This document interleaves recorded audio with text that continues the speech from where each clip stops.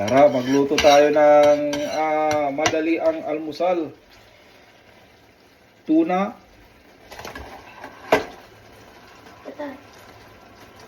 With egg. Ayan o.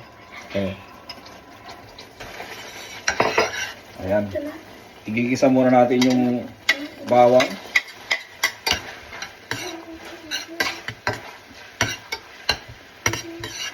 Saka sibuyas.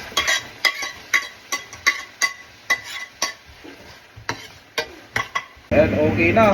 Ihulog na natin yung tuna. Ayan. Gumamit ako ng 2 lata ng tuna. Ayan. Mata. May nakikialam kaya okay lang yan.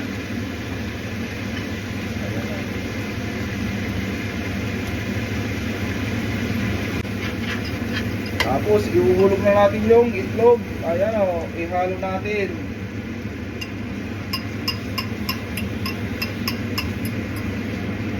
Ayan.